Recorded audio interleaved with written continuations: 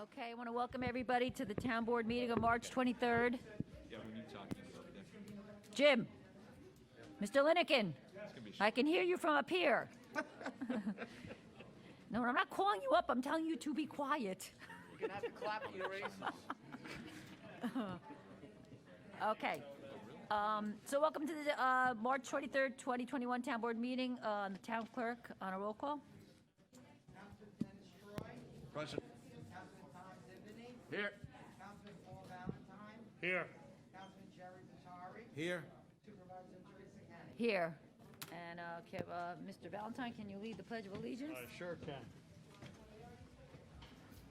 I pledge allegiance to the flag of the United States of America and to the republic for which it stands, one nation, under God, indivisible, with liberty and justice for all. Okay.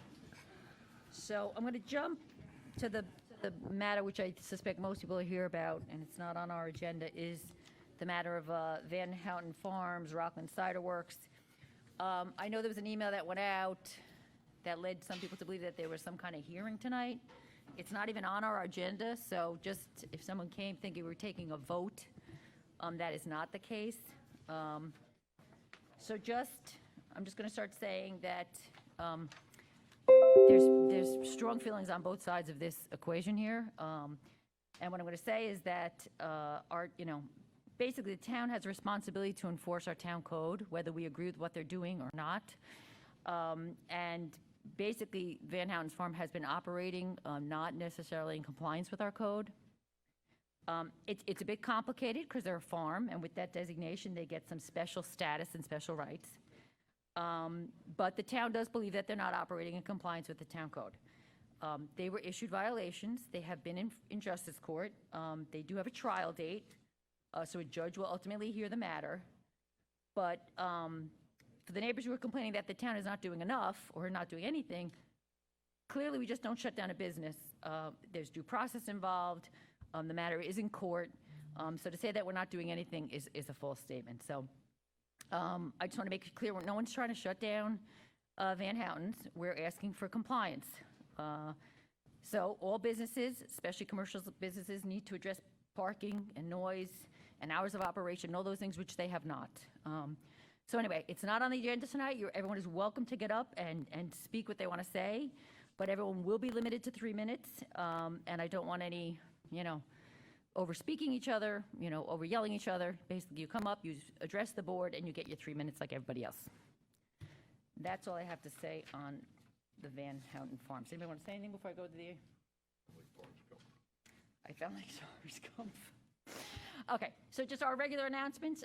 We do have a Town of Orangetown and Veterans Angels are co-sponsoring a free Veterans dinner bag for Easter and Passover this Saturday. So if anybody's interested, you can email us, and it's for this Saturday between 12:30 and 2 right here at Town Hall for any veterans. The deadline to order the new the military tribute banner will be Friday, April 16th. I know they're still coming in, and basically they hang from Memorial Day through to the basically to Veterans Day. The town is going to be hosting a blood drive on Thursday, April 22nd from 9 a.m. to 8 p.m. I don't know if anyone's paying attention, but there is quite a shortage, so if you are able to, please join us. And then I was just going to give a quick little update on South Nyack dissolution, which I don't know if anybody is here for that, but as everyone knows, the village of South Nyack is in the process of dissolving, and that is the most annoying thing. They have a shared police department with the village of Grandview-on-Hudson, and we just recently learned that village of Grandview-on-Hudson is pulling out of the agreement and is going to be going with the village of Piermont for policing.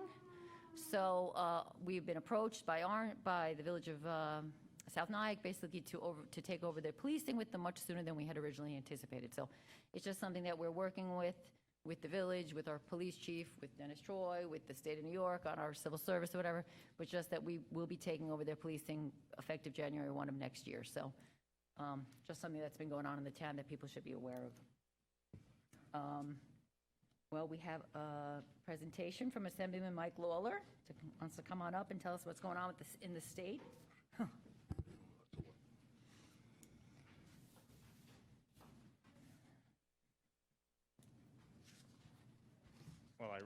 really thought that everybody was here to listen to my update, but before I begin, I just want to take a moment to mention the tragedy that occurred in Spring Valley this morning at the Evergreen home for adults, and obviously there was a tragic fire there, and at least one resident was killed, and I believe we're still waiting to find out with respect to a firefighter who was missing. And so if everybody tonight can just keep everybody involved in your prayers, and certainly want to also recognize our great volunteer fire departments in the town of Orangetown and throughout the county, who all sprang into action and saved a lot of lives by responding so quickly. So we can just keep everybody in our prayers tonight. With that, I appreciate the board giving me a few moments of your time, give you an update on what's happening in Albany. It is an interesting time, to say the least. We are right now in the middle of the budget negotiations. There's about a week left to negotiate a on-time budget, which is due April 1st. And just kind of give you some top-line points as it pertains to the relevance for the town of Orangetown. In the governor's executive budget, he proposed cutting $606 million from school funding, which would result in a cut to 7 of our 8 Rockland County school districts, including Pearl River, South Orangetown, Nanuet, and Nyack, which cover all of our residents here in the town of Orangetown. It would be $6.7 million, as I said. That would be a dramatic cut, certainly at a time when our residents can least afford it. I have put in legislation to change the state school aid formula, which is impacting that cut. Specifically, I would change the regional labor cost index from 1.314 to 1.425, which would put all Rockland County schools in line with Long Island and New York City. It would increase our direct state aid by $11 million to all 8 of our Rockland County schools. Pearl River would receive almost $500,000 in additional funding. South Orangetown would receive over $500,000. Nyack would receive over $500,000. So it's significant for all of our districts, and that's something that I'm going to continue to fight for, to change, not just hopefully in this budget, but moving forward, because it's something that impacts not just our schools, but property taxpayers as a whole. In addition, the governor's executive budget cut aid in municipality by 20% statewide. So that's about $13.6 million in reductions. The town of Orangetown would lose about $43,000. Our villages, Grandview would lose about $400,000, Nyack about $16,000, Piermont $3,500, and South Nyack $11,000. In these difficult times, that's obviously significant cuts as you guys are balancing your budgets and trying to keep not only under the property tax cap, as you've done every year, but ensure that we don't have to continuously raise taxes on our residents to pay for critical services. CHIPS funding under the governor's executive budget is held flat. In our Assembly One House budget that passed last week, and in the State Senate, they increased CHIPS funding and funding in infrastructure projects across the board, which obviously is something that we can all support and want to see for Orangetown. I know Jim would appreciate that. Jim and the highway superintendents every year advocate for an increase in CHIPS funding. I was proud to join a press conference, not with the highway superintendents this year, but with my colleagues in the Senate and the Assembly, and we will continue to advocate for an increase in CHIPS funding to help fund critical infrastructure projects in our municipalities. Just so you know, from a policy perspective, the governor's One House budget included legislation to legalize the recreational use of marijuana. I have asked for that to be removed from the budget. I sent a letter to the governor, the Senate, and the Assembly. In the Senate and the Assembly One House budgets, it was not in there. So I do believe it's going to be removed from the budget and debated, as a standalone bill. Reports out today indicate that the legislative leaders may have reached a deal on it. So we're waiting to see the final version of the bill that we will be debating. But certainly, that's something that I think all of our residents are going to be interested in, whether you're in favor of it or against it. Obviously, it's a major public health decision as we move forward. Just from a constituent standpoint, I wanted to let you know, our office, my office is here to help, to work with you as our local partner in government, and to be your voice in Albany, along with Senator Reichlin-Melnick. We have already been working closely with the supervisor on a number of pieces of legislation that the town needs assistance with from a state perspective. Today, we submitted legislation with respect to the Washington Avenue Bridge project with the county. So we are moving those bills forward and hope to have more information for you as a board so that you can pass local home rule resolutions and we can get this legislation passed in Albany.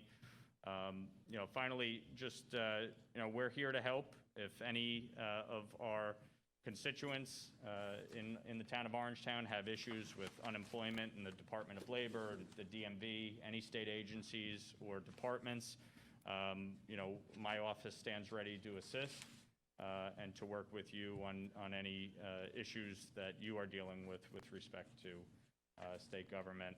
I also just want to make note, we've had a great partnership with Supervisor Kenny already. We did a coat drive earlier this year, which was very successful, and I thank our residents who did in fact donate. We also now are going to be collecting for those residents who are impacted by this morning's fire, going to be collecting new clothing and toiletries.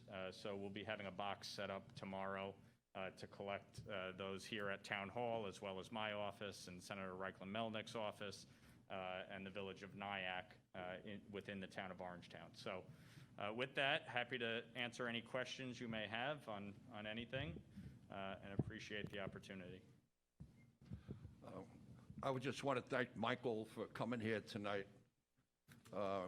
During his election campaign, he committed to coming into the town board several times a year. In my 20-plus years here on the town board, I don't remember any state representative coming in to give an update what was going on in Albany, so I appreciate it. Thank you, Michael. Thank you, Dennis. Quick question, vaccine site. Is there? So mass vaccination site has been a major issue. Myself, Senator Reichlin-Melnick, Assemblyman Zabrowski, we have been advocating nonstop to the state on every phone call that we have with them, which is 3 times a week generally, in letters, in sponsoring legislation to basically mandate New York State to open up a mass vaccination site here in Rockland County.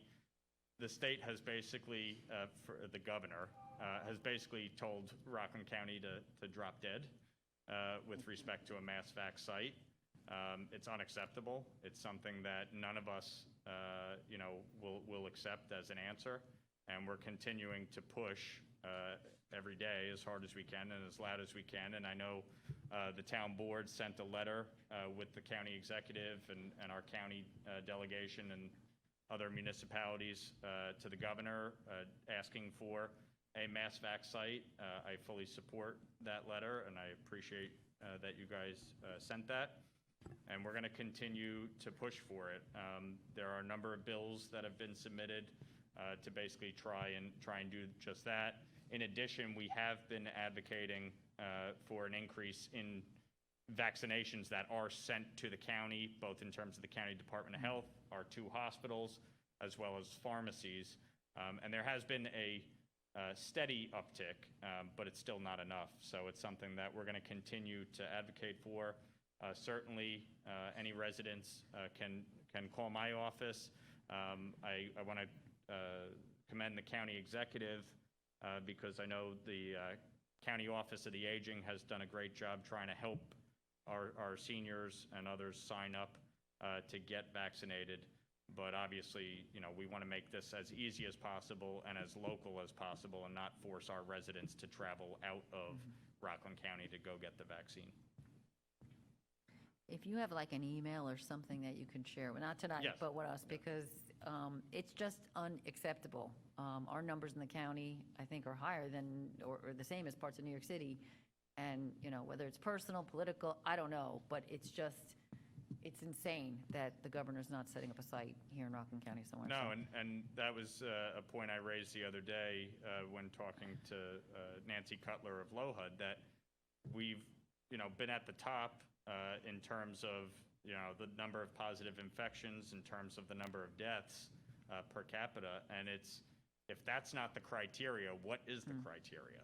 And, certainly given our densely populated, communities here in Rockland, given our geographic size, we need a mass vac site, and there's really no acceptable reason why we haven't been given one. Okay, so get that over. We'll ask the public to reach out and start doing they're complaining too. Certainly. Okay. Thank you. Thank you. All right, thank you, everyone. Okay, Mr. Dean, you're up. This was, at my request, we have departments that apparently some have quote-unquote compressed hours, some have summer hours. There doesn't seem to be any necessarily policy in place, so I asked Jim to come, when he asked for it, to come up and just make a presentation and explain why it's needed and the benefits to his department by doing it. Okay. Basically, the highway department, we've been doing this for 20 years. 2002, we instituted this with the approval of the town board and the union to develop a compressed work week of 4 10-hour days. And now is the time that we begin this because we're taking advantage of daylight savings time. It gives us more hours to be able to get out and get our work done. And basically, we still have 5 days coverage. So we worked it out so we have 3 shifts. We have a Monday through Thursday shift, which is about 45% of our operation. And we have a Tuesday through Friday shift, which is 45% of our employees. And we have an 8-hour shift of Monday through Friday, which is about 10% of our employees. So we have 55% on Monday, 55% on Friday, and Tuesday, Wednesday, and Thursday, we have 100%. What does that mean? It's actually given us 5 days of 10 hours coverage. So normally, we would have 40 hours in 5 days, 8 hours each day. It gives us a better way to be able to put our crews out there, and I'll explain to you why, but it also actually reduces the possibility of overtime for those 50 hours. So if we have emergencies early or late, we're now covering 10 hours a day. That avoids emergency call-ins, which I believe is really a benefit for the town. So we have the 50-hour week, and it's also helped us give better service to the community, basically because when we get out on the road, we stay out there for 10 hours. We come back to the location, and that's one of the time-saving features for us. Whatever we do from the highway garage, which is in Orangeburg.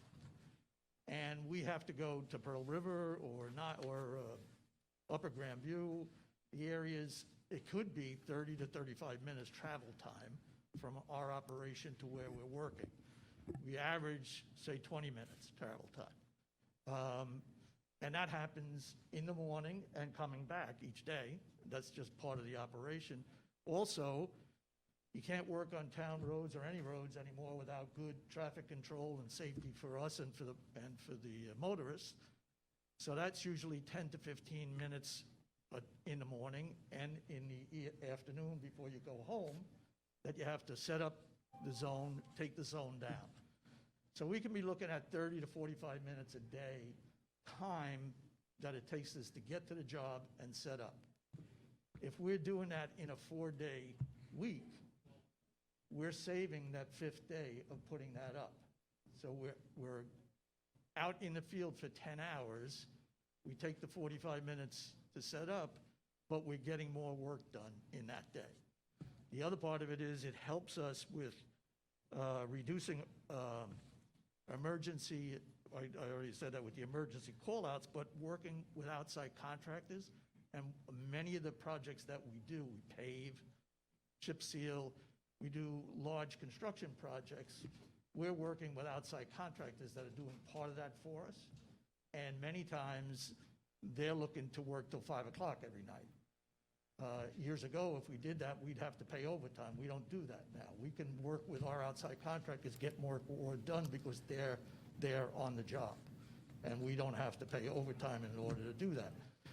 And when we negotiated this with the union members 20 years ago, everybody in our department thought it was a good idea. The benefit of working 4 days, 10 hours gives them an extra day off, so they have a 3-day weekend. That's why we have it set up as a Monday, Thursday, Tuesday, Friday. So somebody is entitled to a 3-day weekend. So it did make the hours, and I gave you actually a pie chart that kind of breaks down.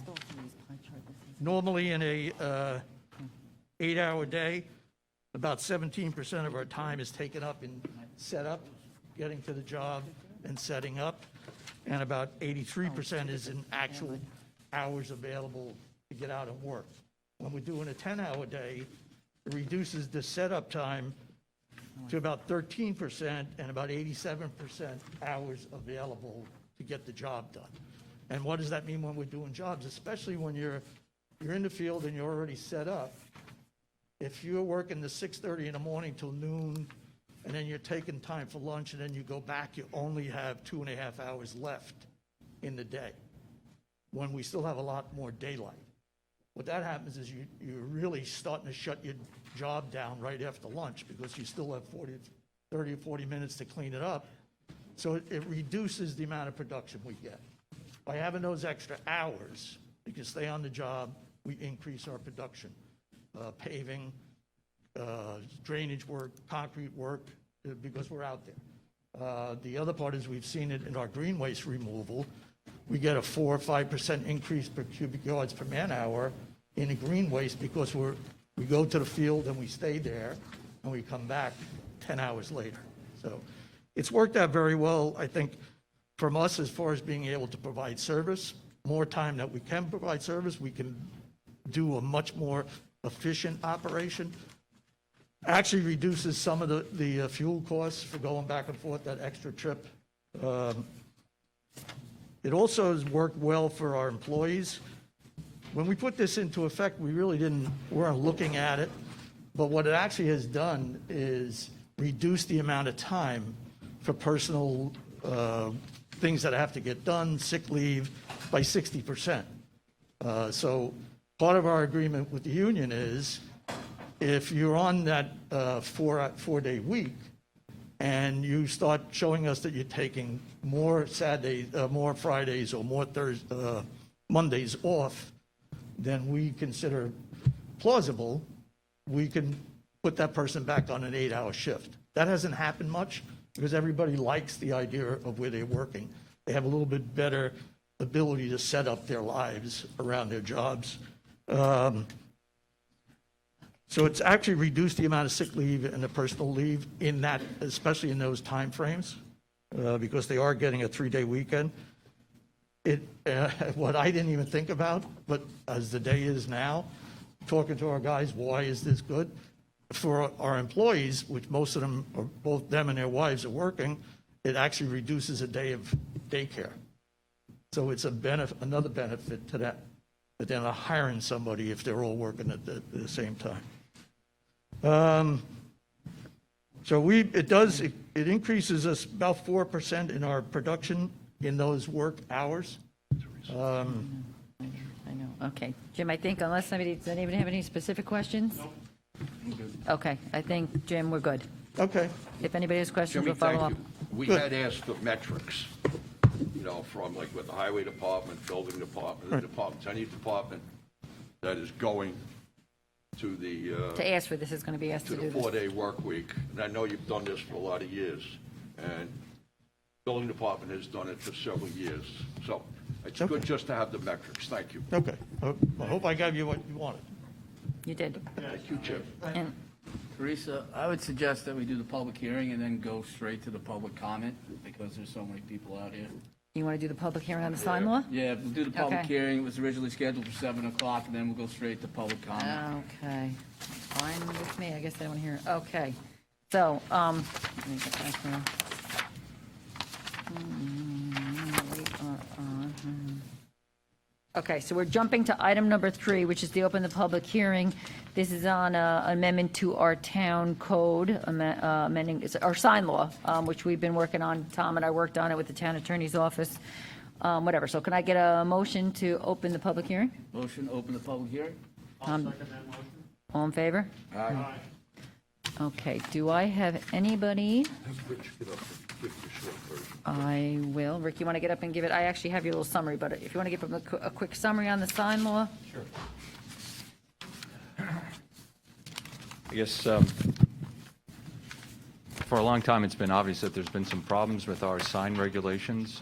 There's one unconstitutional provision in it that has been in our sign law for about 30 years, so we have to take care of that.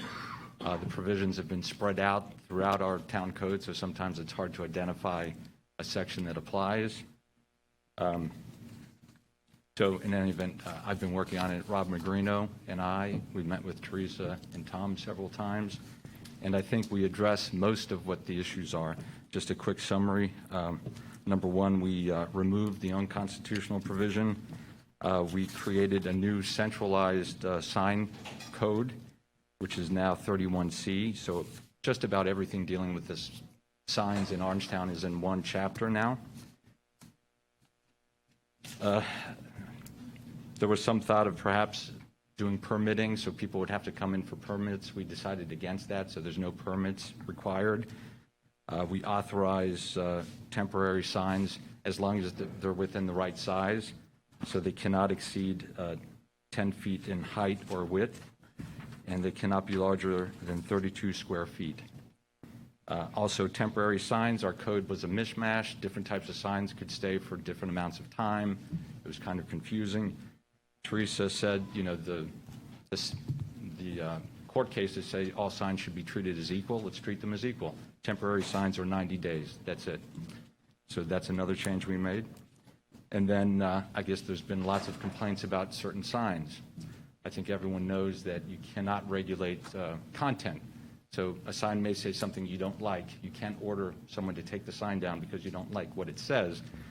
But you can require people who put up signs to maintain them. So they have to look appropriate, and they have to be safe. They can't be blowing away in the wind, or they can't look bad from that standpoint. So again, we kind of clarified. We had that provision already in our town code, but we made it a little bit clearer that we can order, if the sign is not adequately maintained, we can order you to take it down. Obviously, if it's bigger than it is allowed to be, we can order you to take it down. So those are the main changes. And this is just, the one we agreed on is that no sign should be placed on public property or the public way. That's right. That's perhaps the main change. And I think our existing town code kind of said something like that, except there was a provision that said the town board could authorize certain signs within the right-of-way, and that was the provision that was found unconstitutional. And because of that and the ambiguity, the highway department really had no recourse but to allow everyone to put signs in the right-of-way, which leads every election, the town kind of looks a little bit messy with all the signs in the right-of-way. So that's a major change now. No signs in the right-of-way.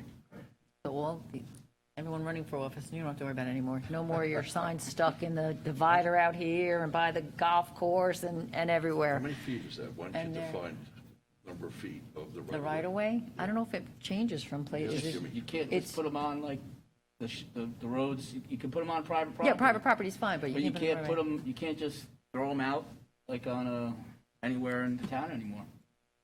I used the divider as an example out here. They were all over the place. Well, if one sign went up, 15 signs went Right. up. Right. So, Thank you, Rick. a big change, but I think it was needed. Yeah, this local law was, we really started it because we had a lot of complaints about signage over the last year. Unfortunately, a lot of it cannot address the content, so we can't say we don't like what it says. But we did find, as Rick pointed out, some real flaws in what we had on the books. So we did a comprehensive rewrite of our sign law. Again, we took out the part about temporary signs, so they're not all over the place. I think overall it was a good, we took our time, and we did it right, and I think it's a good product. So anyway, is there anybody here, no one signed up for the public hearing, but is there anyone here who wants to speak about the sign law? Guy in the back there. Gentleman in the back? Come on up.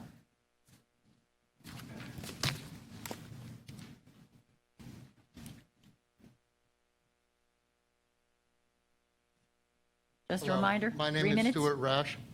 I just was reading for the first time, and I see in Section D, it says, "No sign other than signs placed by agencies of the government shall be placed on any public property."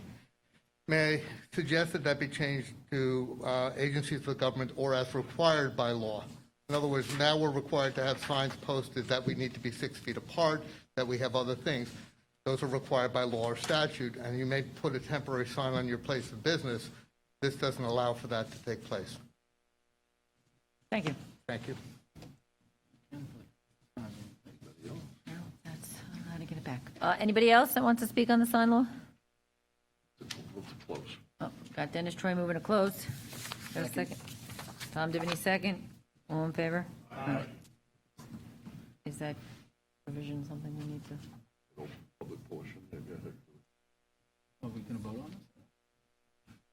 Yeah, we have to we'll do lead agency. Pass the laws, yeah. Yeah, we got to do the lead agency. Okay, so the next one is designation of lead agency with respect to the local law. And the town board is declaring ourselves to be the lead agent, and this is what they call a type 2 action, which I think I'm joking here, but basically means it's not an adverse environmental impact. So can I get a motion on the designation of lead agency? Yeah, so moved. Dennis Troy, second. Jerry. All- Jerry Vitari, all in favor? Aye. Okay, so now we have the local law again, with respect to amending, we took a hard look at it, and we have a little, it just breaks out what we're doing in the law, which we just had a summary on. Rockland County Planning actually did make some recommendations, we accepted some, we did not accept others. So can I get I guess we'll take a motion that says that the town board hereby overrides the comments. Do we need to, Rick, do you recommend we take a separate motion on the override, or just part of the overall? I think as long as you vote on it. On it, we're good, okay. Four. As long as we have 4 Yeah, people, okay, it doesn't- okay, so can I get a motion on the adopted local law? Move. Okay.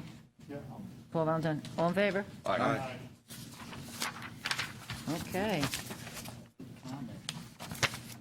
Okay, so normally we would do our workshop, but in light of how many people we have here to do the public comment, we are going, I lost the list already. We're going, I guess, make a motion to open the public comments. Do I have a motion to open the public comment? Move to open public comment. Tom Denny, second. Paul Valentine, all in favor? Aye. Okay, so I'm going to start with the list. Again, I'm just going to remind everybody, as long as I figure out how to do this. Oh, there we go. 3 minutes. Michael Mandel.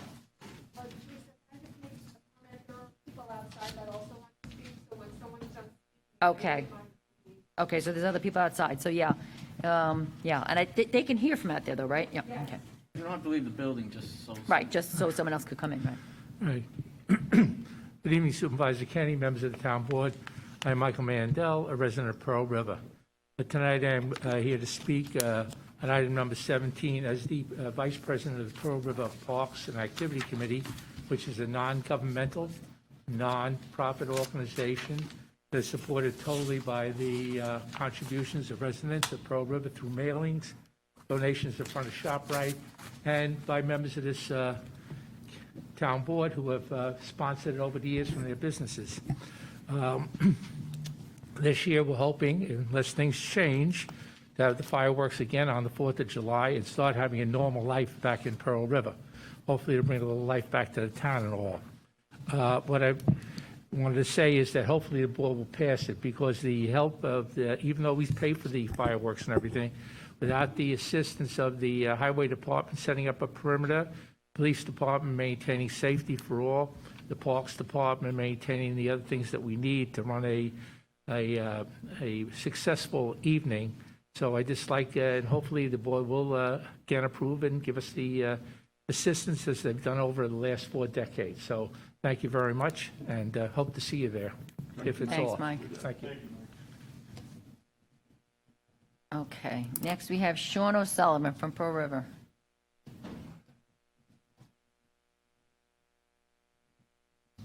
Hi, my name's Sean O'Sullivan. I live in Pearl River. I've been living here for 20 years. And I've been going to Van Houten Farms for 20 years, and they're a great business. And I just want to say that they employ a lot of Orangetown residents. They pay taxes, the company pays taxes, and they're a great business. And I want to see them go strong, and I think they're very well. They have security guards there, the bathrooms, and I think they run a really good business, and I'd like to see them stay well. Okay, That's thank it. you. Thank you. Okay, I have a Julia O'Sullivan.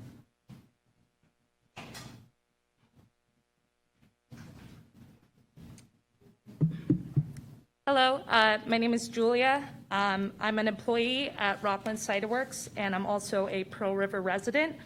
My job is very important to me. I really appreciate what my employers have done. I've worked there for about 6 months. I feel like they bring something really special to the community during these tough times, being fully outside, following every COVID guideline, and taking very good precautions. I disagree with the false statements that have been made recently, talking about things that are just not true, things that have been happening. I haven't seen any of the things that have been described in a letter that was sent out to neighbors of the community. I enjoy my job, and I know other employees that I work with love their jobs, and I don't know where I would be working if I didn't have them hire me, so I just really want them to succeed as well. So appreciate your time. Thank you. Okay, Taryn Saridis.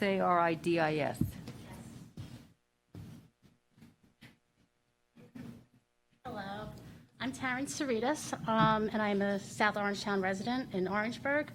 My fiance and I moved here 1.5 years ago. His name is Brian Doyle, and both of us actually for 3 months have worked at Rockland Cider Works. We started off as patrons there, and we liked it so much that we got a second job there. I worked during the week on Long Island, so I wanted something nearby and something with shorter hours. It's not crazy. We're closed at 7, 8 o'clock. Just like what Julia said, a lot of those statements are false. I have not seen what is being described. I'm in my 40s. I bring my family and my friends that come and visit, because I'm not from here, to Rockland Cider Works, because I'm proud of that place, and I think it's run very well. It's very relaxed, nice environment. I'm not in my 20s and, bringing 21-year-olds there and partying it up. Anyway, thank you for hearing me out, and I really would like to see them succeed, because they work hard, they love the community, they help all of us employees out, and I couldn't ask for better employers. They're really great. Thank you. Thank you. Okay, Kevin McCormick.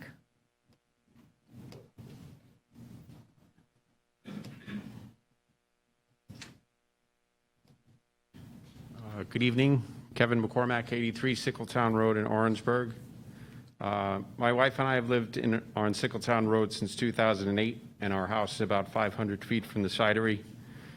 A few years ago, Van Houten's started to have events on the weekends, usually just one on a Saturday or a Sunday afternoon.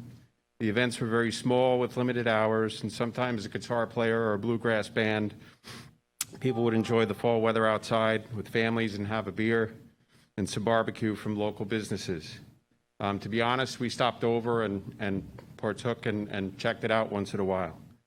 Over time, once Rockland Cider Works opened, the events grew to the point where last summer and into the fall, there were events every weekend, every Saturday and Sunday night with food trucks, bands, noisy generators, traffic, cars parked up and down the road till 1 or 2 in the afternoon and 8 or 9 at night. There were even times that were events and bands on weeknights. The events impact our neighbors and our quality of life with noise and congestion. We can hear the bands as if they're in our backyard. You can't even take a walk on the road sometimes because there's cars lined up and down. This is a huge safety issue. There's a lot of people who walk and bike in the area. I read the post today from Rockland Cider Works about this meeting and how the issues concerned about that our small group of neighbors have about are baseless. But as we heard from Supervisor Kenny before, they failed to mention that the cidery is in court with the town about building code violations. More importantly, they also failed to mention that in addition to the building code violations, that some of the patrons on the cidery have trespassed on the neighbors' properties, and I don't doubt that they've urinated and done some of the things that were said in the post. There are many other issues, such as putting a business that serves alcohol in a residential neighborhood, noise from bands and food trucks, traffic congestion, cars parked up and down the street. And what about safety issues from converting greenhouses into bars and seating areas? How are people supposed to get out in an emergency? I did meet with the owner of the cidery last fall to express our concerns, and he actually agreed with a lot of the concerns and said they were going to shut down for the winter, and then because the events had gotten too big, and then they turned around all winter, Saturday and Sunday nights with fire pits and food trucks. Van Houten Farms and Cider Works are in an area that is residential and zoned R40. It's not a commercial area meant to run a business. It serves alcohol and has bands playing until 9 o'clock at night every weekend. It's a residential area where families live, areas that are zoned residential for a reason. They're not meant to having a bar sitting in the middle of it. The zoning and building laws have been put in place to keep people safe and make sure businesses are not operated in a residential area, and codes and laws are put in place so people can build things to a standard and not convert them to uses they weren't designed for. You don't build things right next to somebody else's property and put a band in it either. Perhaps if the owners of Rockland Cider Works had taken the time to meet with the neighbors as a group and discuss and address our very valid issues and concerns, there could have been a different outcome. They chose not to. Rockland Cider Works should be shut down because they've not complied with the building and zoning laws, and because a commercial business such as this that serves alcohol and has large events should not be permitted in a residential area. For those of you in full support of keeping the cidery open, I understand the issues about the jobs, but I ask you, if your neighbor opened a bar next to your house after you lived there for 10 years, how would you feel about it? Or if your neighbor built structures on their property next to yours without getting permits, how would you feel about it? Thank you very much to the town board for listening and for all that you do for Orangetown, and more importantly, thanks for all that you're doing about this issue. We do appreciate that you're listening, and that we know there's a lot of work behind the scenes that you're doing about it. So thank you. Thank you. Next, I have a Donna, and I'm not sure if it's Audoyan. Avdoyan, thank you. Donna Avdoyan from Blauvelt. Well, I'm here for Van Houten's. I grew up in Blauvelt. I've been here 57 years. I just gave out my age. My parents moved up here in 1957. They watched their house get built here. Sure, having a bar or a business near residential property might be a safety issue, but we have Bailey's. That used to be the Blauvelt Inn. That's near train tracks. Someone's going to come out of there after having a couple of beers and hit a train? No, that's not going to happen. We have the side porch. That's in Orangeburg. It's near a school. Someone's going to drive out of there and hit a student crossing the light? No, it's never happened. Van Houten's has been here for such a long time. It really goes deep into my heart. I remember the birth of the witch during Halloween. I've been to Cider Works. It's a family environment. There's people there, it's outdoors. People can bring their kids. It's a community. It brings people together. I used to have a food truck for 30 years. I was going to participate in these events, but due to COVID, I decided to officially retire. But I'm happy to see local businesses. It's not just Van Houten's that's making money. It's those other local businesses that they're bringing in from the community, other food trucks. No one's going to go to Van Houten's and buy a tomato, and they're not going to survive by just selling tomatoes. These are tough times, and people need to do what they need to do to survive. And I think what Van Houten's is doing for our community is a good thing. Maybe there are some violations or codes that haven't been approved, but being self-employed, there's a lot of T's and there's a lot of I's to dot, and it's not easy to keep your costs down and try and take care of what needs to be done to run the business. So give them some time. I'm sure they'll resolve whatever issues there are. I was just there this weekend buying tulips. They were beautiful. And I noticed they have a huge parking lot in the back, and that's what they were using. So I think we should just give them some time to cross their T's and dot their I's, come into code, and let everybody work together. But that's what this community is. It's about working together. Thank you very much for your time. Thank you. Okay. Jim Lenahan.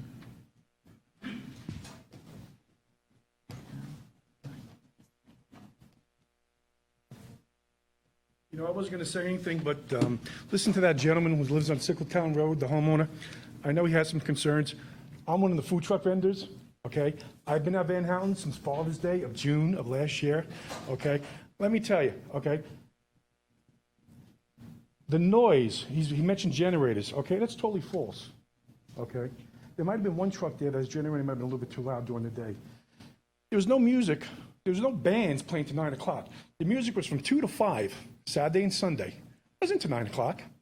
And as far as he said during the holidays, there was no bands. There was no music. There was Christmas music playing over the intercom at the farm during December while they were selling Christmas trees.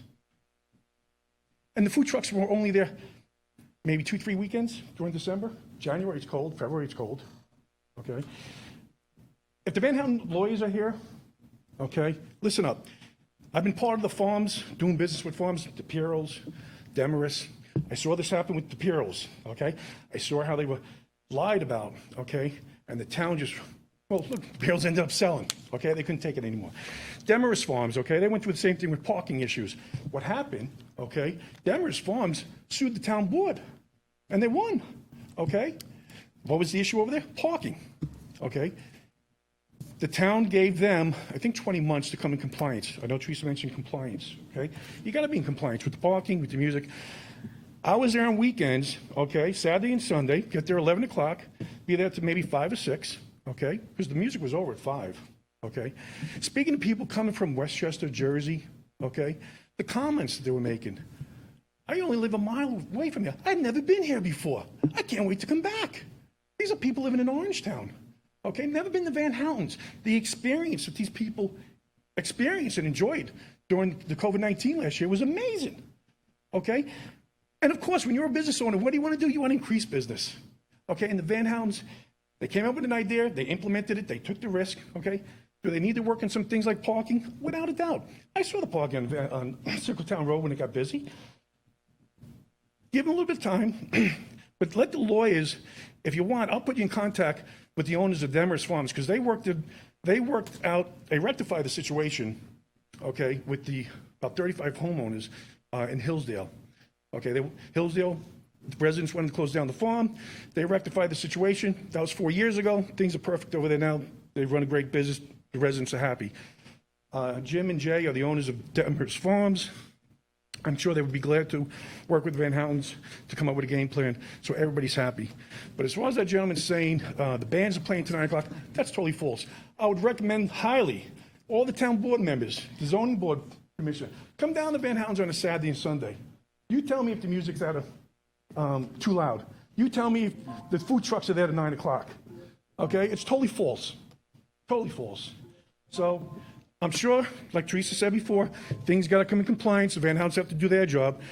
But to have a handful of homeowners going to take away something that is bringing joy to Orangetown and the residents, I don't know, just give me a fair shake. Thank you. Michael Nicodema.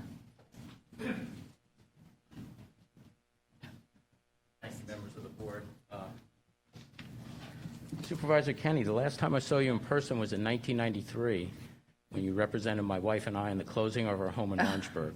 I was only 12. I know, and I was 13. It's nice to see you again. You said one thing that was really right on the money. There are strong feelings on each side, but there also are many code violations. If there weren't, there wouldn't be a trial coming up between the town and Van Houten's. I live a quarter mile away from Van Houten's, so I don't see it every day up close and personal. But sometimes as a neighbor, you have to do the right thing. And I hear from my neighbors about people staggering on their lawns drunk and urinating, people staggering on their lawns and passing out, people vandalizing their lawn care equipment, noise so loud at times that they can't sleep. Are all of them lying to me? I don't think so. I've been a trial attorney for 35 years, and I know that the right place to talk about these things is in public forums, not on social media, but in public forums like this, where we can exchange ideas, disagree, and engage in useful public discourse. The most important thing to the folks surrounding Van Houten's, other than their children, their spouses, are their homes. They're entitled to quiet enjoyment of their homes, they're entitled to privacy, and they're entitled not to have their homes vandalized. I know we're not on the agenda. I know no decision is going to be made here. But you're allowing us to speak. And by doing that, you're showing us that you're a neighbor. You're showing us that you care, because at the end of the day, we're all neighbors. I appreciate the young ladies that came up here and supported Van Houten's. They said they haven't seen anything. But when you're working in an establishment, you're serving the customers. You're not necessarily going to see what's happening on the outskirts. You're not going to see people urinating on a neighbor's lawn. You're not going to see people looking in the windows of someone's house. They're not going to see that. So this is going to be resolved in the courts, as it should be. But you gave us a chance to speak. And my neighbors want a chance to speak. They want to say what's on their mind. They want people to hear them. And if not here, if not places like here, where else? But I thank you. I thank you all for being neighbors. And allowing us to speak is showing that public safety and this community is high on your list. I really appreciate it. Thank you. I'm gonna do the stupid clock. Okay. Eric DeVito.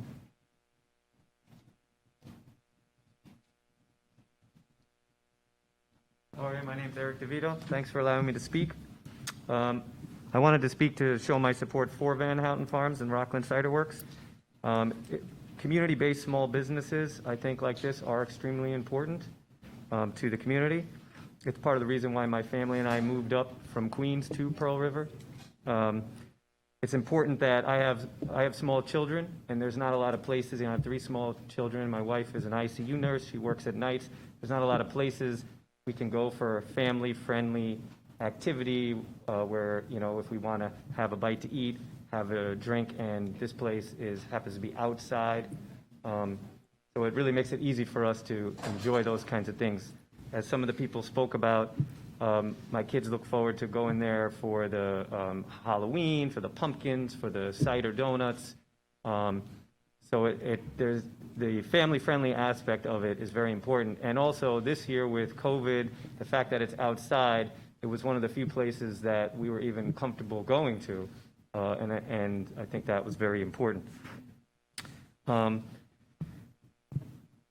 think supporting local businesses is very important. I think, of course, they need to be compliant, and I think given the chance, we have to give them the chance to do that. Over the years, I've come to know the Van Houten's very well, just being a patron there, but I consider some of them my friends now, just from going so often. They know me, they know my family. It's a personal experience. I buy trees from there and shrubs from there, and I buy, I'll have a glass of cider from there or a beer from there, and it feels good to be able to support my neighbors. I consider myself a neighbor. I'm also a professional musician. I performed there on many occasions. Some of the things I'm hearing, I've been performing there now for a few years. I've only ever performed in the afternoon, so that was never even an issue to be able to perform in the evening. I only perform acoustic music. They've shown me, I played in a lot of places when I used to live in Queens and in the city. There's the sound system, the investment they purchased, decibel meters to make sure that we can watch the noise.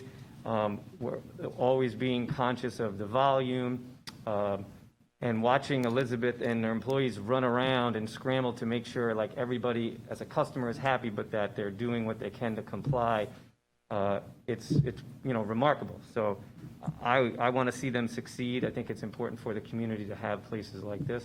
And like I said, I consider them my neighbor. I only live a mile away from there, and I want to continue to support them. Somebody else mentioned too, they support countless other, local musicians, and it's mainly local musicians that are playing there. Local food trucks, local restaurants.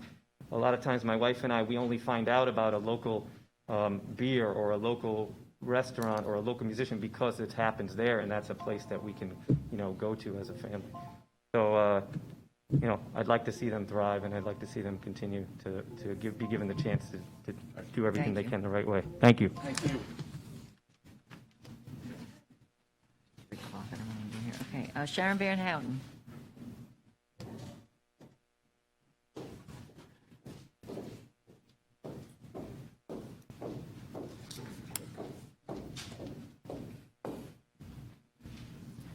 Good evening, and thank you for allowing us to be here to voice our feelings about this whole project that has come to light over the last few years. I don't know, I'm sure everyone knows that I actually live on the property. I have lived there since 1991. My husband and I built our home on the property, which at that time was a much different place. It definitely was more in character with the neighborhood. At the time, Van Houten's was a nursery, which sold flowers, shrubs, trees, bags of soil and fertilizer, and garden pieces. They also have a horse stable on the property. Since about 3 years ago, things have changed over the last 2 years more rapidly than others.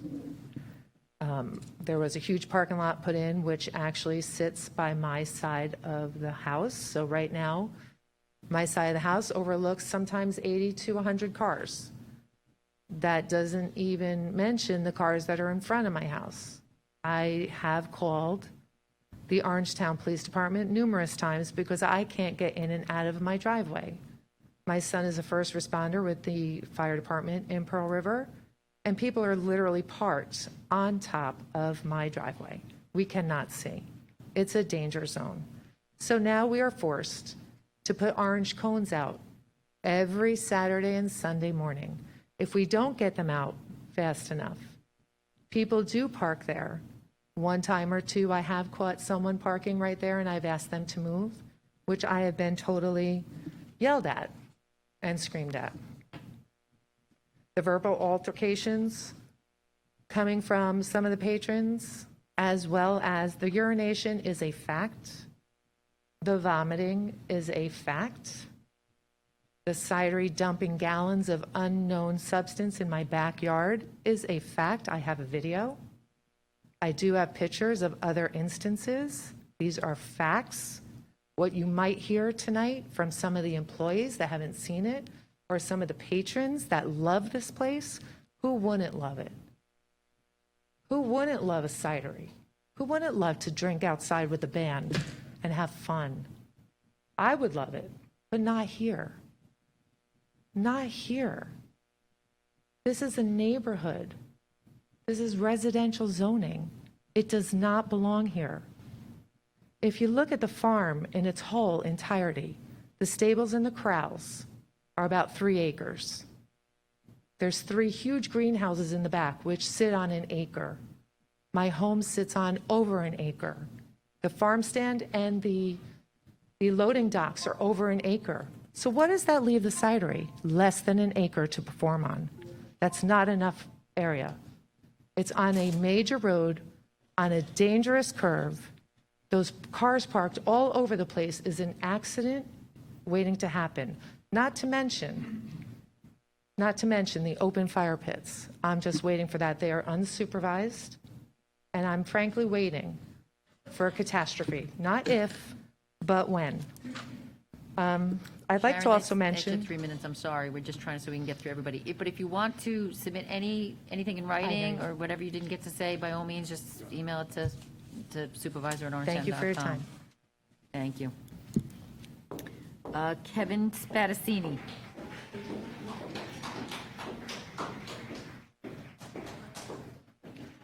I did say Kevin, right? You don't look like Kevin Spadassini. I'm a Spadassini now. I'm only kidding. Was a Spadassini. I'm a Spadassini. Was Kelly Van Houten. Oh, it's Kelly. I said it was Kevin. Yes, I know. So yes, my name is Kelly Spadassini, formerly Kelly Van Houten. So my mom and my dad live in the house that directly borders the farm property. So my brothers and I have grown up there since we were born, and it always was a peaceful place. I loved growing up there. My best memories are in that backyard, and it was quiet, it was private, and now all of that has been violated. And my parents constantly, on every weekend basis, feel violated. They don't have the privacy that they had for so many years. The noise, the cars, the parking, it's just become a place where they no longer want to be sitting out in their backyard anymore, or on their front porch even, for that matter. My mom has tried to reallocate where on the property she can sit to enjoy her morning coffee, because it's just a nuisance. So I can say that at this point is no longer a peaceful place for my parents to live, and it's disruptive, and it's just not what it used to be.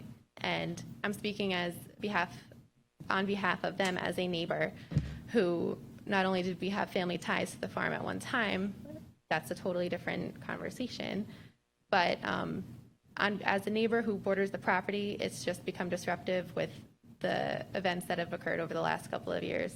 And for all the employees who work there, I can see that it would be a fun place to work. I did work there. I grew up working there until my family was basically kicked out of that farm. So I understand it's a good place to work. I can see how a brewery would be a fun place, or a cidery would be a fun place to go. I mean, I myself love that type of an atmosphere. I love that type of a vibe. Just not in a residential area where there are houses on either side of the property, and it just doesn't belong there. And had they gone about receiving or building this business a different way, maybe it wouldn't be such of an issue. But because they didn't go about getting the proper permits or citation or whatever it is that they needed to build this business, it's false. It's invalid. These people are enjoying these times where the business wasn't even gotten to that point in the right way.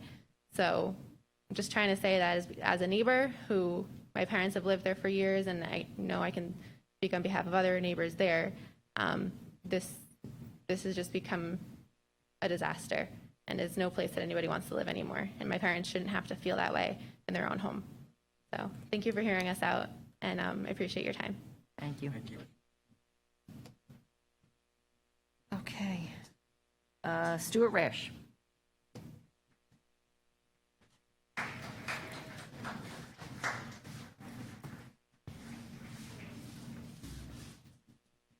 Hello, my name is Stuart Rash. I live at 40 Sickletown Road, about 3/10 of a mile from the business location.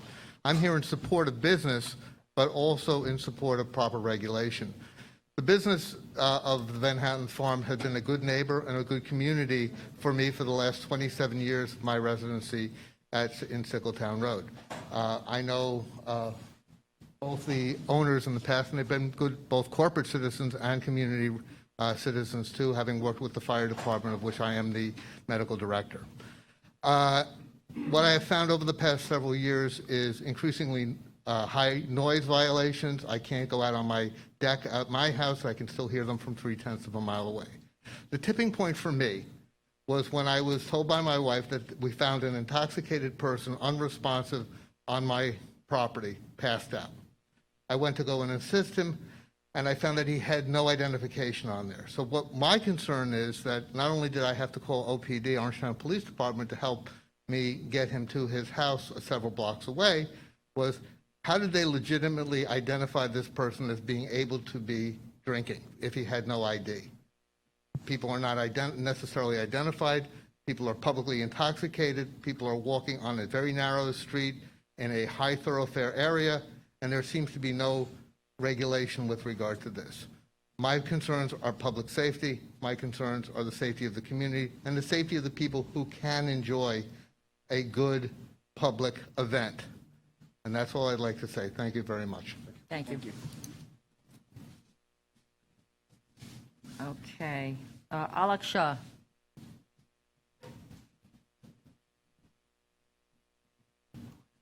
I gotta learn to do this clock.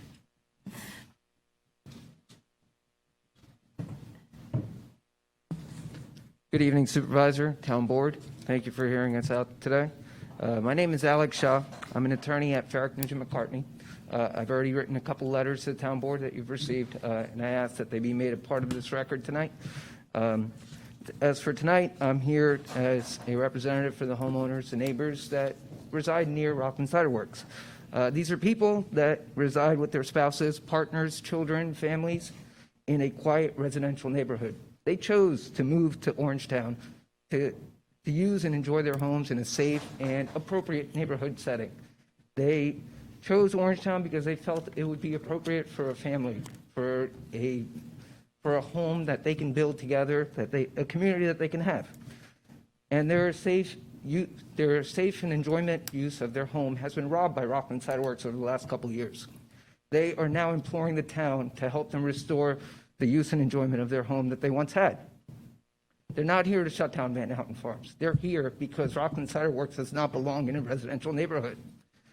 They are here because they're afraid that the town is not stopping Rockland Cider Works' brazenly illegal operations. They're here because the violations the town issued are clearly not enough. They haven't stopped Rockland Cider Works. Rockland Cider Works continues to operate. They have through the past weekend, through St. Patrick's Day last week. The neighbors fear that the town is instead working with Rockland Cider Works to help legalize their operations in some manner. They fear that their sanctity of their homes is being sacrificed in an effort to help a business that doesn't belong in a residential neighborhood. If Rockland Cider is somehow able to legalize their operations in this residential zone, the neighbors' use and enjoyment of their homes is going to be permanently robbed. That's why they're here today. They're here asking the town to help them shut down illegal operations. They don't want Van Houten Farms to leave. They want Rockland Cider Works' illegal operations to stop. That's all they're looking for. They need the town to issue a stop order directing Rockland Cider Works to stop illegal operations within the residential zone.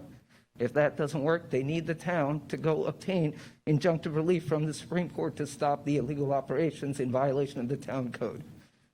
As far as anything that they may be doing legally, the neighbors have no objection.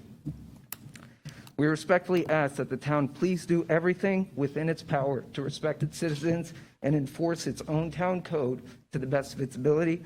All residents, citizens, taxpayers, and businesses need to abide by the town law. Thank you. Paul and Faith Custer.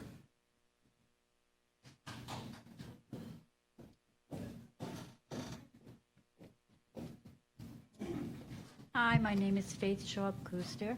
I live 2 doors away from Van Houten Farms.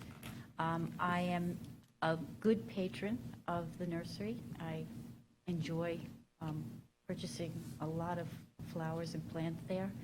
I just wanted to make the point that the parking issue is definitely a problem when the cars come all the way up to my driveway on either side, because I live right on the bend. So you really have a problem seeing out either side.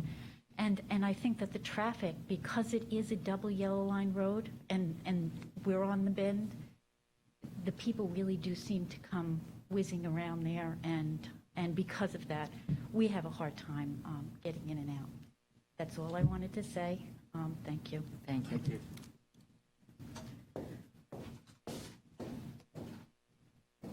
Charlene Reynolds. Hi, my name is Charlene Reynolds. I'm here today to speak in support of following laws that govern our society. I appreciate the acknowledgement that Van Houten Farms has not been compliant in the expansion of their business. It is unclear to me the town's follow-up or position on Rockland Cider Works or the relationship of one to the other. The process by which the town has handled this thus far has not been transparent, and it is a shame that it had to get to this tonight. But I am glad to hear that it is being handled with due process in court. There are videos of infractions of town policies and some of the accusations being made. I myself have witnessed it. I have seen my two parents being bullied by the owners of that property who have intimidated and confronted them for them voicing concerns with guests who are drinking, parking on their lots. It is not something residents here signed up for. A small local nursery grew into a Rockland cidery, just like that, with no clear due process, codes not acknowledged, and permits not properly obtained. So your respect for neighbors here tonight is appreciated, as well as our concerns, as they are not baseless. I respect employees and customers' opinions and ask for the same for those who live in that area and are rightly concerned.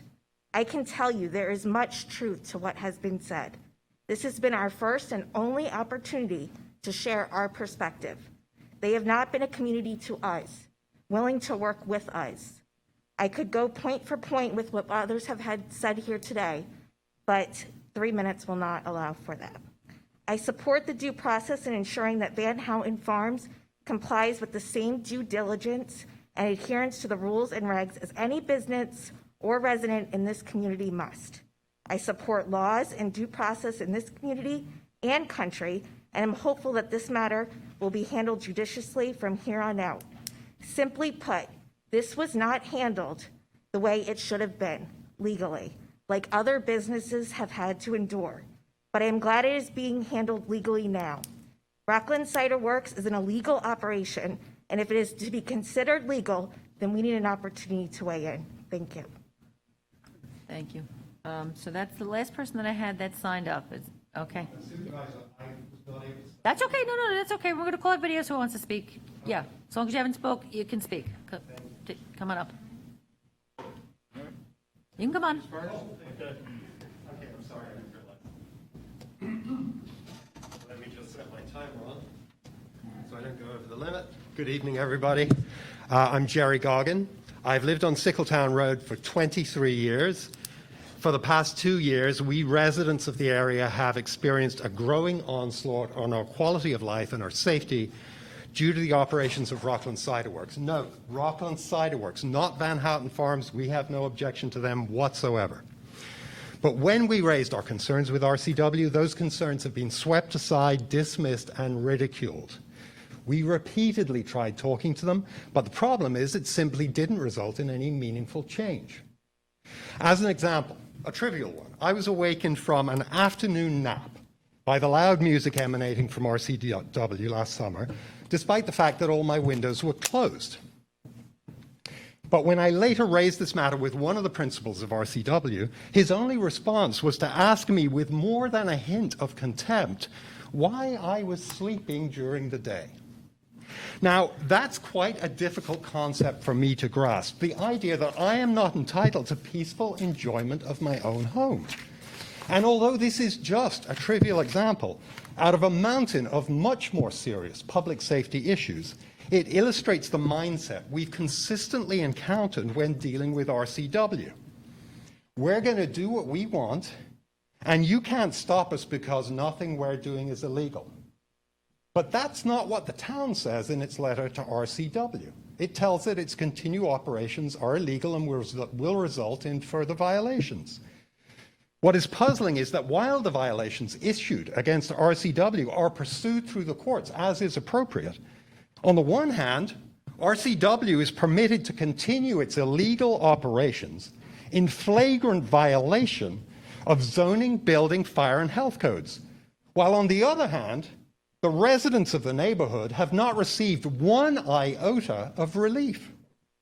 It's as if somebody who was shot by a mugger asked for an ambulance, but instead of being taken to hospital, was assured by the authorities, don't worry, the perpetrator is going to be prosecuted to the fullest extent of the law. Well, our neighborhood is bleeding, and we need action to stop the bleeding. We ask the town to exercise its authority to issue a stop order and, if necessary, an injunction against the continued illegal operations of Rockland Cider Works so that our lives can go back to whatever passes for normal these days. Finally, I want to say to all my neighbours here and to the many others who share our concerns but could not attend this evening, thank you for having the courage and decency to stand in opposition to those who are apparently only concerned with lining their own pockets at our expense. Why are we here? We fight to protect what we all love and value about our neighborhood. We are determined, we are strong, we are united, and from the bottom of my heart, I thank all of you. And I further want to request, respectfully, that all the letters that have been sent by me, Gerard Goggin, to the board and other town officials are made part of the record of this meeting. Thank you very much for hearing me out.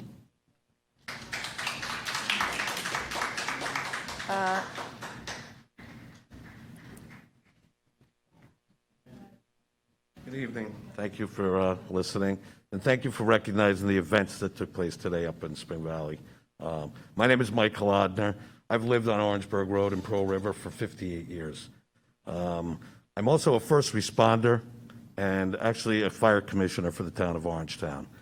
And as many people said here today, the farm stand has never been an issue. I've grown up here. I used to play in the area. Public safety is an issue. I actually respond fire vehicles to the residents of the town of Pearl River. And driving down Sickletown Road on a weekend when the amount of traffic that is, in fact, what everyone has said here, is a risk. It's a safety risk not only to the pedestrians and to the people that are frequenting Van Houten Farms and the cider works, but to the residents that I'm trying to go and protect their property and their lives. So, they're saying that there's all these issues with violations, all right? They're breaking the law, all right? And you can't ask for forgiveness. You're supposed to ask for permission. So it's up to the board to address these problems, to work collectively as a community. We have plenty of bars in Pearl River, plenty of areas for people to go and frequent and enjoy with their families. And again, being a resident up the street for 58 years, it does not belong there. Thank you.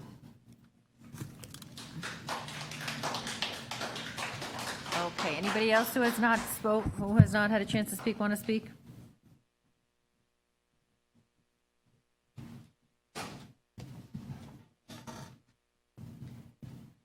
Hi, my name is Jamie Failing. I'm also a direct neighbor of Van Houten Farms and Rockland Cider Works.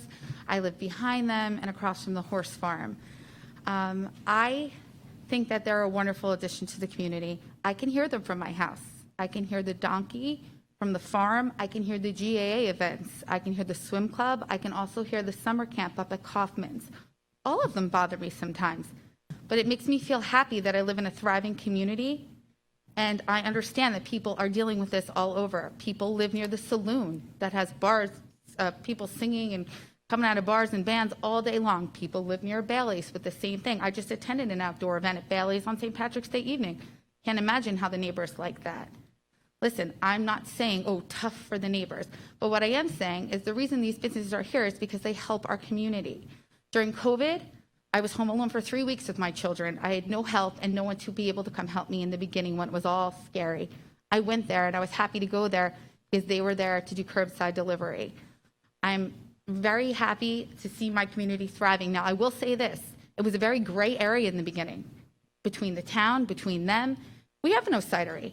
No one knows what the real rules are. I'm sure there's things out there, but at the end of the day, it was a gray area.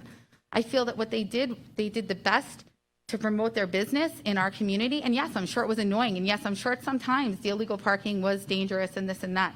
But I will tell you this, my daughter attends that horse farm 3 days a week, 2 of which are on the weekend. I am in that driveway about 6 times a week. I drive past 1 million times a week. And I will tell you this, they now have cones lining the street. They have no one parking there. I have friends that played there. They won't even play there anymore when they were having music because they're so strict about the music. They're strict about everything. They're strict about the COVID compliance. They're strict about the bathroom. They have the walls up on the side of the tent.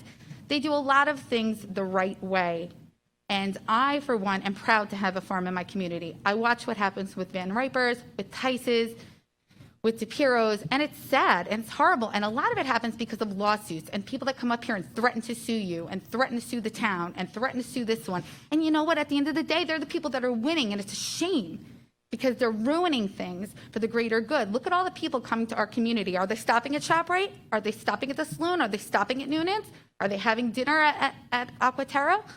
They're coming here to our town, and I'm sure they're doing other than just visiting the cidery, or maybe they're just getting introduced to things.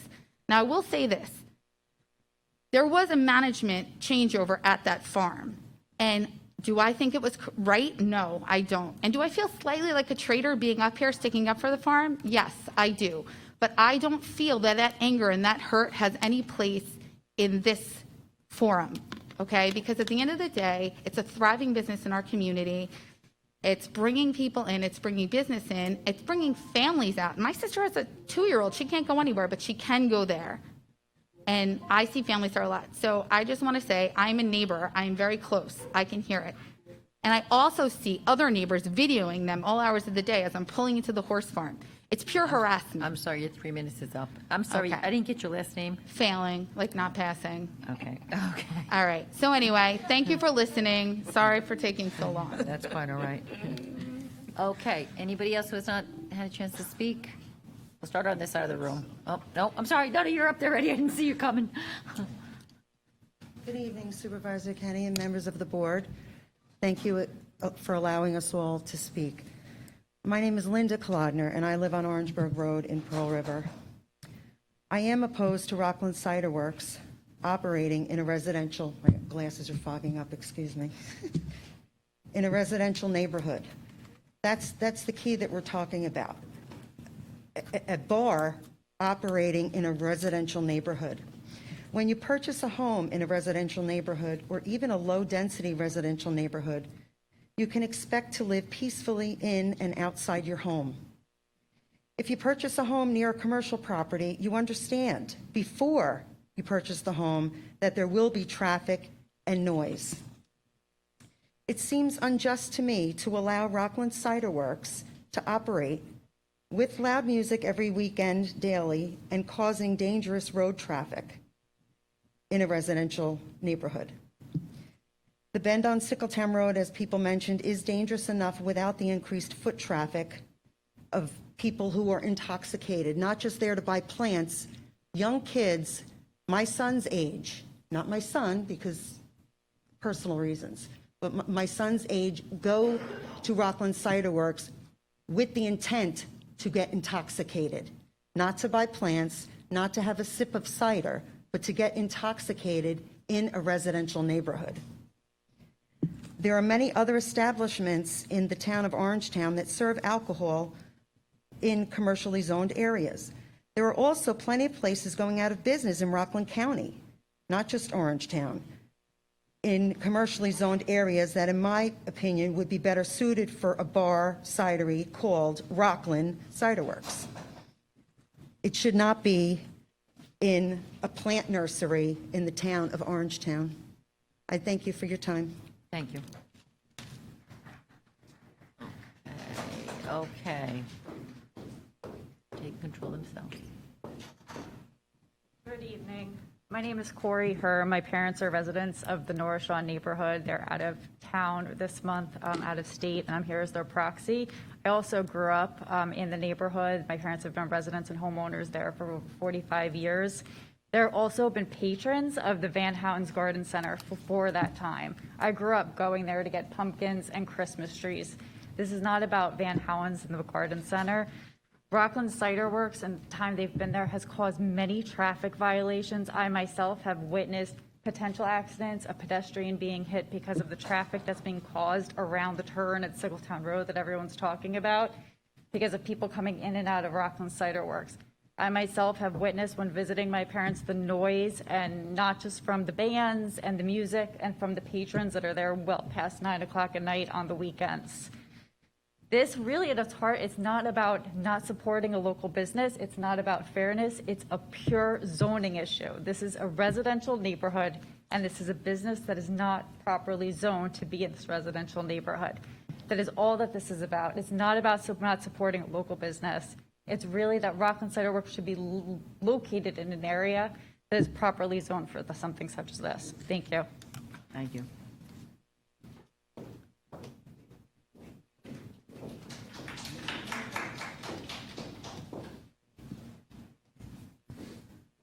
Hi, my name is Susan Mcquinney. I live at 66 Sickletown Road and have lived there for approximately 14 years. I'm here to talk about the actions that the board is currently taking versus the actions that we as property owners and taxpayers need them to take. I thank the board for working to bring Cider Works into compliance with local building codes.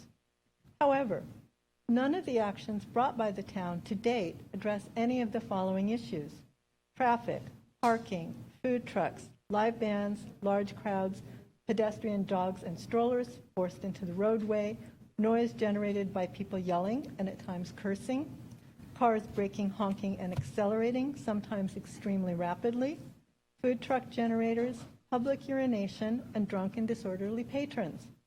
And yet, every one of these issues affects the quality of the life of us, the residents of the neighborhood. Why has the town not moved more aggressively to control this illegal business? I have made many attempts to address my concerns to the building department. I have not received a single response or acknowledgement from that department. During this time, however, I understand that the building department has engaged in an ongoing conversation with representatives of RCW regarding an application for a zoning variance. A request to numerous officials of the town to come out on a weekend day to gain an understanding of what we live with year-round was met with an absolute lack of response. Here are a few of my experiences, my lived experiences. A patron of RCW in front of me urinated on a tree in my front yard. A woman I found strolling around the yard upon departing RCW refused to leave. My property, refused to leave. A visibly drunk patron attempted to climb into and drive off in our lawn tractor on Sickletown Road. When I chased him off of the tractor, he wandered up the street stumbling and proceeded to go through people's mailboxes. I called the police and we followed him both for his own safety and to make sure that he didn't steal anyone's mail. In a highly disconcerting incident, I pulled into my driveway by myself with no one else at home to find a man I did not know sitting by my front door speaking on his phone. Our house is approximately 125 feet from the road and is concealed by trees. I had to get out of my car and by myself confront a man I did not know in a situation in which I could not be seen and could not be heard due to the noise coming from Rockland Cider Works. When confronted, he told me that he had been at the bar and then fled back to RCW. I reported each of these incidents. Incidents such as these simply did not occur before RCW opened. Noise from the cidery can be heard throughout our property and our home. Once the cidery closes down for the evening, many nights the manufacturing process begins. Because it is located off of the normal premises, it is actually behind our house and in direct line of vision to our back patio. This means that from 11 in the morning until often 2 in the morning, we cannot enjoy our property. Enjoying our property should not be I'm something sorry, I'm that going to we have can to, do. it's beyond the 3 minutes.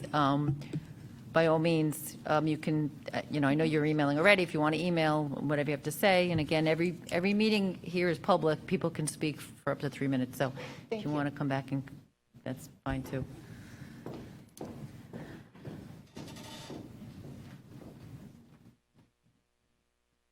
Good evening. My name is Jesse Shannon. I live at 115 Sickletown Road in Orangeburg. I quick jumped in the vehicle tonight to come to support and do my neighborhood neighborly duty I felt to speak my views, my family's views, on behalf of the Van Houten Farms and the cidery. I have lived there, myself and my family have lived there for over 12 years now. I manage the 200-acre property that abuts the Sickletown Road of Manhattan Woods Golf Course. In our time there, since the winery is opened and since taking over the golf course, I have had a great relationship with Van Houten and all the employees there. And since my family and I have both truly really developed a great relationship and love the fact that we have this social place to go and enjoy with friends and family on a weekly basis. I can understand the neighborhood concerns of neighbors closer to the property than myself, but I can speak on behalf of my family that on a weekly basis, myself and my wife and my 7-year-old and 9-year-old get on our bicycles and ride down there. And I can understand the traffic issues at times, but we have never felt ever an unsafe situation. We feel that Elizabeth and all the employees put almost over excessive approach to their professionalism of handling the winery and also the social events that happen there, and find it the utmost positive thing for our neighborhood, for our friends, for our family, for the schools and the kids that tend to go there as families and get an opportunity to really socialize and take part in just seeing everyone. And we truly appreciate what Van Houten has produced, and we will continue to support Van Houten Farms as long as we can. Thank you. Thank you. Okay, is there anybody else that has not had a chance to speak?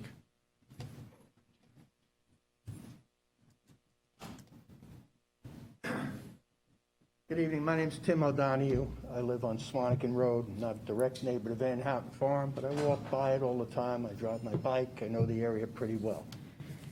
I'm also the very first musician to have played at Van Houten Farm, and I played there several times over the course that it was allowed.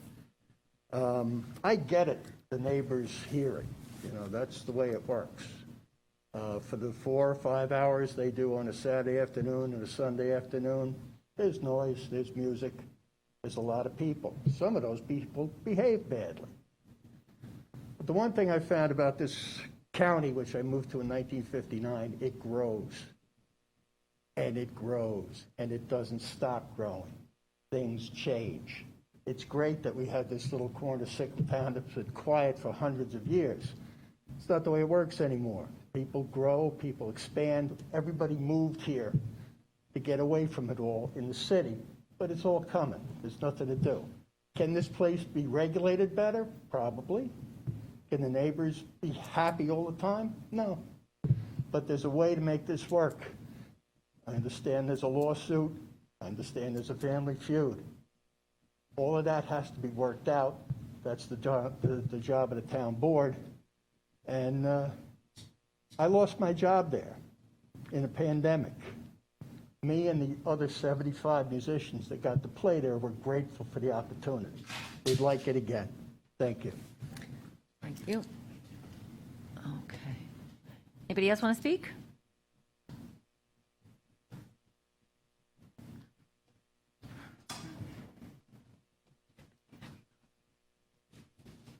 Hello, members of the board. My name is Alyn Flaherty. I live at 17 Joseph Bow Court, about a half mile from the nursery. I raised my kids in town. We often went to Van Houten for pumpkin picking, picking out our Christmas tree, picking out our spring plantings, and it's a wonderful place. I just personally feel as a community member, there are plenty of establishments downtown Pearl River for people to imbibe and have fun. I don't necessarily think that it is good for my neighborhood to have a drinking establishment within the residential community. So I kindly ask that you help us to maintain the quality of life that we have in Orangetown. It's a great place to raise children, and we want to keep our neighborhoods safe for children, and family values are important, and I just don't think that drinking in your backyard is a good thing. So, thank you. Thank you. Okay. Okay, anybody else?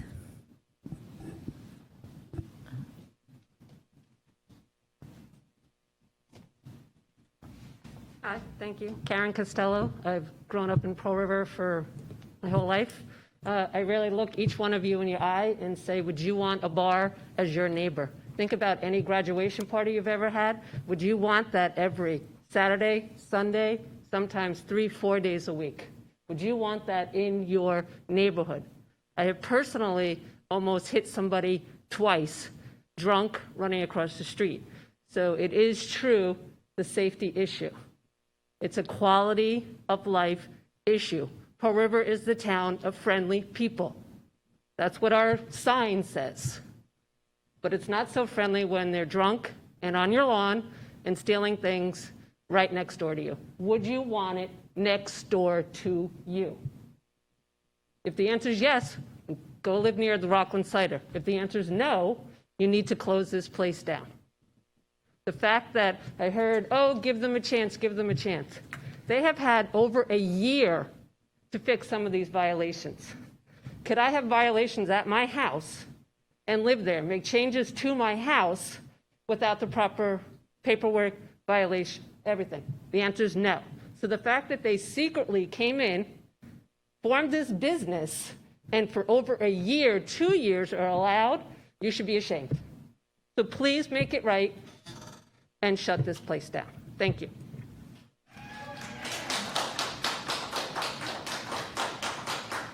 Okay, anybody else that wants to speak? Going once? Going twice. Going twice? 3 times. Oh, she got us.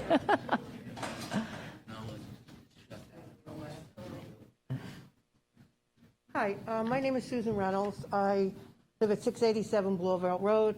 I've resided there. I resided in Pearl River since 1978, and at that residence for 22 years. I live right around the corner from this establishment. We bought a house there in that area because of the peacefulness that it provided. After being closed in with COVID for so long, I do have nieces, little nieces and nephews that live with me. I finally got out on a peaceful Sunday to walk and ended up having to, with an 11-year-old, having to safely get past groups of people that were exiting the establishment on a very narrow dirt path leading from there, with passing cars at high speeds, cars pulling in and out. It has changed. It is not the same. It is not a peaceful neighborhood with a farm at it. I am against Rockland Cider Works serving alcohol in my neighborhood. Congestion and fast-moving traffic going by is highly common, and then put a bar with alcohol in the mix is not what I want in my neighborhood.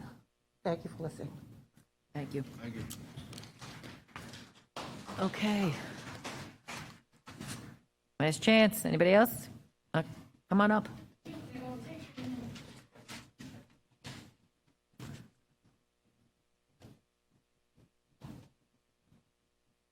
Hi, my name is Casey Ansarley. I live at 21 Kinsley Grove. It's right around the block from Van Houten's Farms. One of the reasons I moved here about 10 years ago was because of Van Houten. It was a wonderful, peaceful place, somewhere that I want to raise my kids, which are now 5 and 2 years old, so quite young. The last few years, we've noticed a change. Some of it in the beginning was a good change. You know, it looked like there was more thriving business, things like that. But with the last, recent things that most of the people here have been talking about, the added music, the noise that's been happening, the crowds, the added traffic, everything like that has become a danger and a safety concern that I have for my children. Again, a lot of people have mentioned about, the patrons' actions on what they've been seeing, what's been happening. And granted, that should never happen. We should take ownership of our own actions. But one of the things that that creates that is the lack of oversight and the lack of traffic control and the lack of, making sure that they're up to code and everything like that. And that's why we have local governance. The codes are there to abide by, to make sure that everybody is safe, everybody is doing what they're supposed to be doing. And right now, it doesn't appear that that's happening. So again, with everybody else, just we're looking to say not to shut it down because yes, jobs are good. It's great to have some sort of thriving business, but where they're going, they're taking it way over the line. They are not following the laws. They are not looking out for the community. They are not a residential business of any sort. It's not in a residential area. And that is my main concern. So that's my piece. Thank you. Thank you. Okay. Okay, anybody else? Oh, I'm sorry. Thought I heard of me, but I couldn't.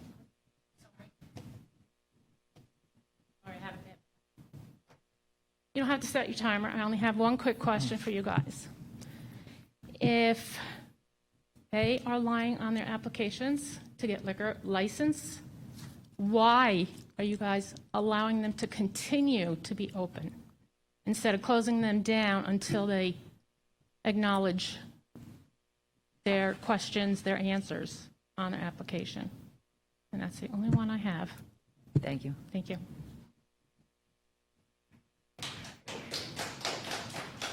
Okay, anybody else? Go once? Okay, motion to close. All right, okay, all in favor? Aye. Okay. Did this already. I guess. Anybody want to talk? Want to talk? Yes? Dennis doesn't want to talk. Let's take 5 minutes. Okay, we're going to take a 5-minute break just to. 5-minute break. Are you serious? What? Me. So they put this horrible chair here so you plead guilty.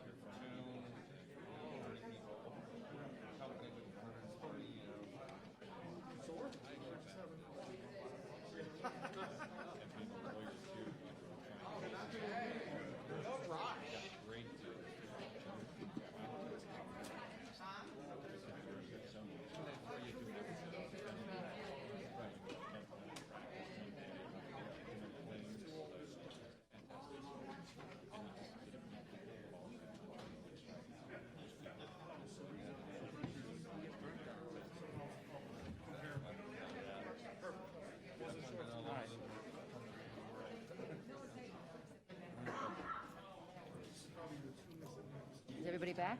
Everybody back? Good night. No, this is like the issue where... Okay, let's resume.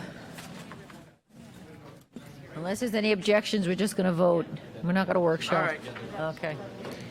Number 7. Okay, so number 7, we have the Public Employer Health Emergency Plan. This is one of Governor Cuomo's mandated plans. Mike Yanazone, Officer Yanazone, worked with us on this. He made a presentation. Both unions, PBA and CSEA, weighed in on it, and all their concerns have been incorporated. So, All right, moved. Tom Diviny, move. Yep. I second. Paul Valentine, second. All in favor? Aye. Okay, number 8, another Governor Cuomo mandated plan. This is the Police Reform Committee that has been working on it. Dennis Troy was on it, myself, the chief worked with us, the unions worked with us. We had, all the information is in there, all the dates that were held. And we are tonight, we have to date it, actually. We have to put in the, we're going to date it today. We have a blank in the resolution, so we're going to see that, putting today's date in the resolution. Okay. So basically, this is the plan that is mandated to be approved and submitted by April 1st to the governor's office. So can I get a motion? Yeah, I'll make that. On the motion, I've said this before, the police chief, the PBA, the Teresa, and the people on the committee put a lot of time into this. They did a very good job. Even our good governor should be satisfied with this, so I'm making that motion. Okay. Second? Jerry Vittori, second. All in favor? Aye. Okay, number 9 is approve the appraisal valuation plus. This is, we talked about the piece down at RPC. We're updating the appraisal for an 11-acre portion. Can I get a motion? I'll make the motion. Paul Valentine, second. Tom Diviny? Yep. All in favor? Aye.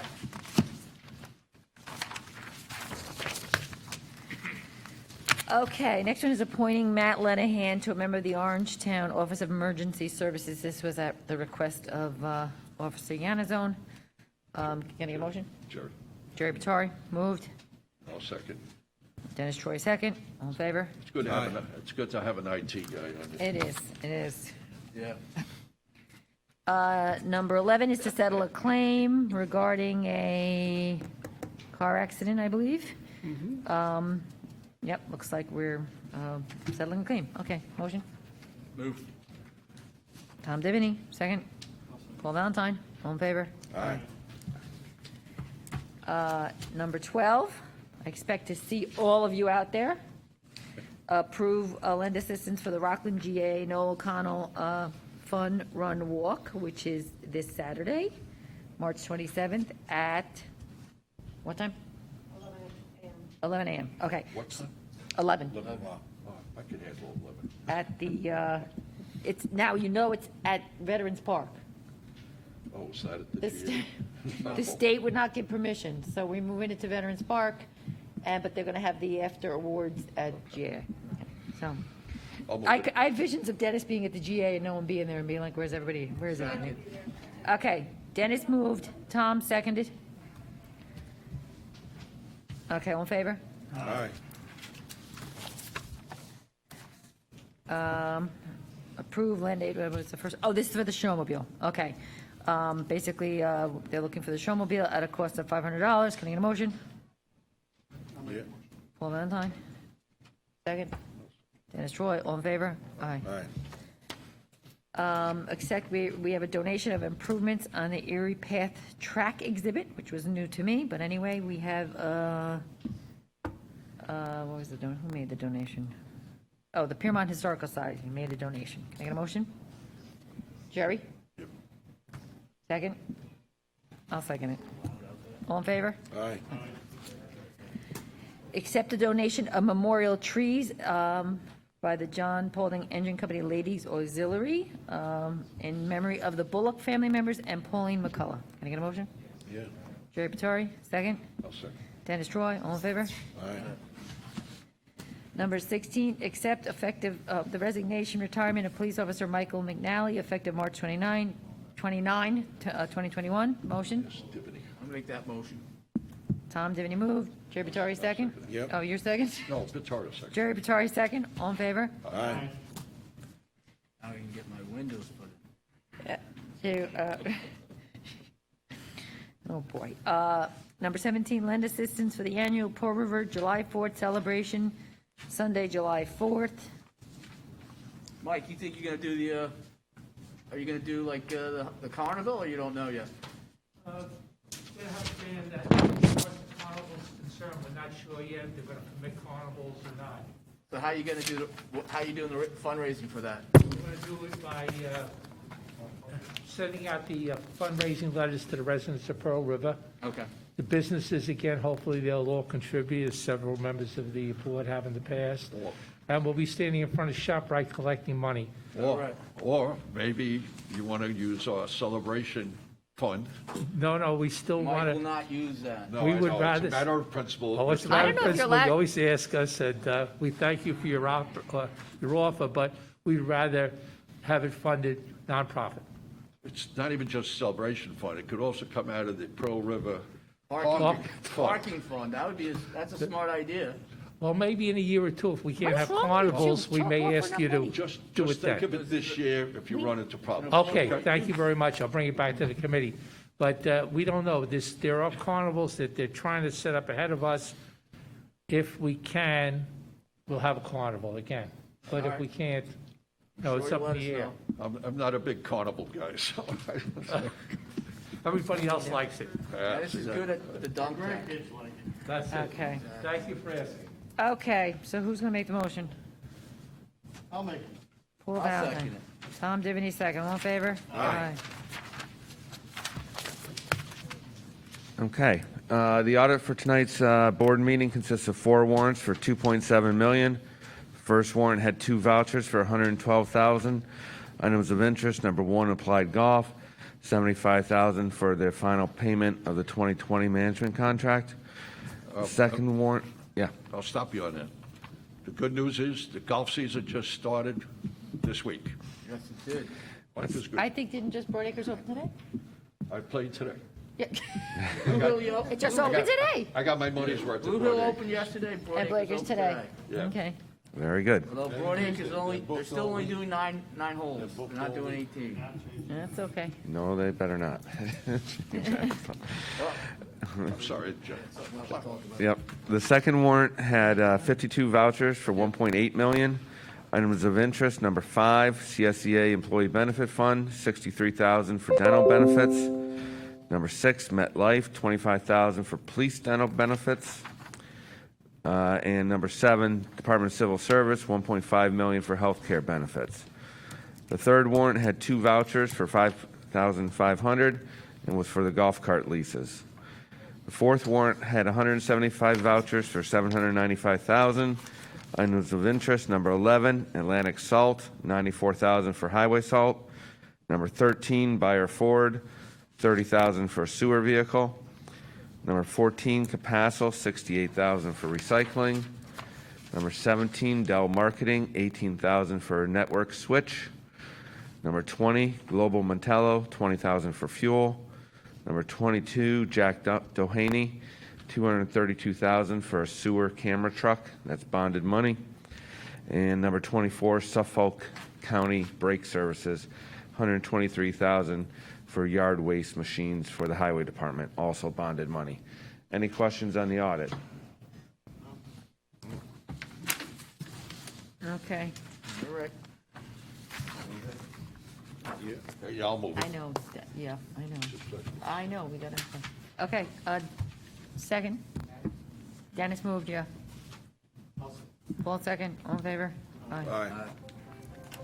Uh-oh, that's the, okay.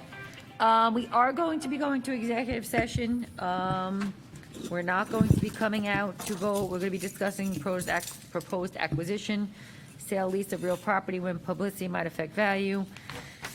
We are going to adjourn in memory of Vicki Linderman, wife of former Orangetown Parks Department employee George Linderman, and Walter Wheatley, resident of Pearl River, retired Orangetown Fire Inspector. He's also Walter Wheatley is also the uncle of Sergeant Pete Moore. I've known Mr. Wheatley my entire life. I spent many of Christmases and Easters and Thanksgivings at their house, the Moore Wheatley family, and Mr. Wheatley was a great American. That's all I can say. I agree. Okay. Okay, so can I get a motion to close? So moved. Dennis Troy, second. Paul Valentine, all in favor? Aye. Okay, we're going to the multi-purpose room.